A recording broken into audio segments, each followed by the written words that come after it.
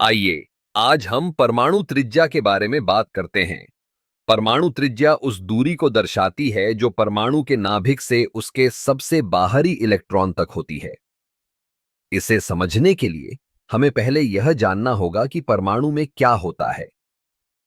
हर परमाणु में एक नाभिक होता है जिसमें प्रोटॉन और न्यूट्रॉन होते हैं। नाभिक के चारों ओर इलेक्ट्रॉन होते हैं जो विभिन्न ऊर्जा स्तरों पर घूमते हैं।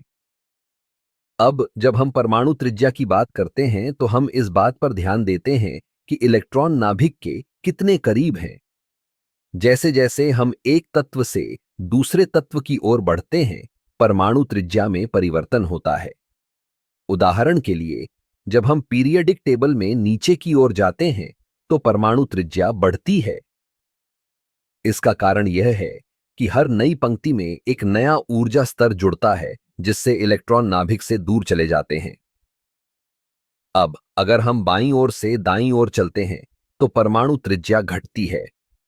ऐसा इसलिए होता है क्योंकि प्रोटॉन की संख्या बढ़ती है जिससे नाभिक का सकारात्मक चार्ज बढ़ता है।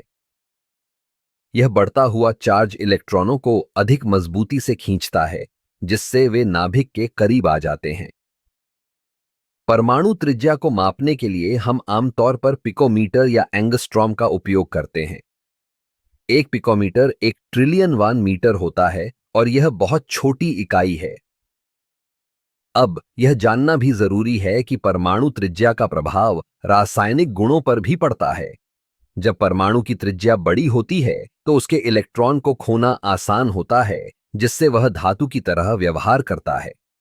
दूसरी ओर छोटी त्रिज्या वाले परमाणु जैसे कि नॉन मेटल्स इलेक्ट्रॉन को आसानी से नहीं छोड़ते हैं। तो यह समझना महत्वपूर्ण है कि परमाणु त्रिज्या केवल एक संख्या नहीं है, बल्कि यह रासायनिक व्यवहार को भी प्रभावित करती है। जब हम रासायनिक बंधनों की बात करते हैं तो यह भी ध्यान में रखना चाहिए कि परमाणु त्रिज्या का आकार बंधन की ताकत को प्रभावित करता है।